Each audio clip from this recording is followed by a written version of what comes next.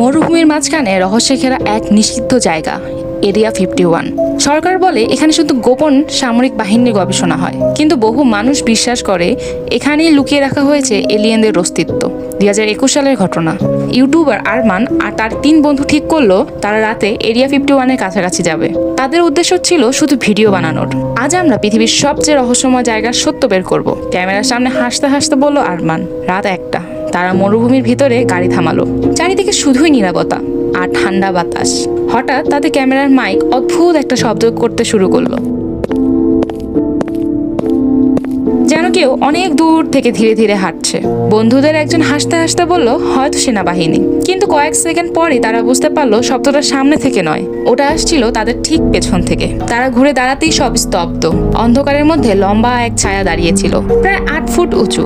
শরীর অস্বাভাবিক চিকন, মাথাটা বড় আর চোখ দুটো সম্পূর্ণ কালো। আরমান ভয়ে ক্যামেরা জুম করতেই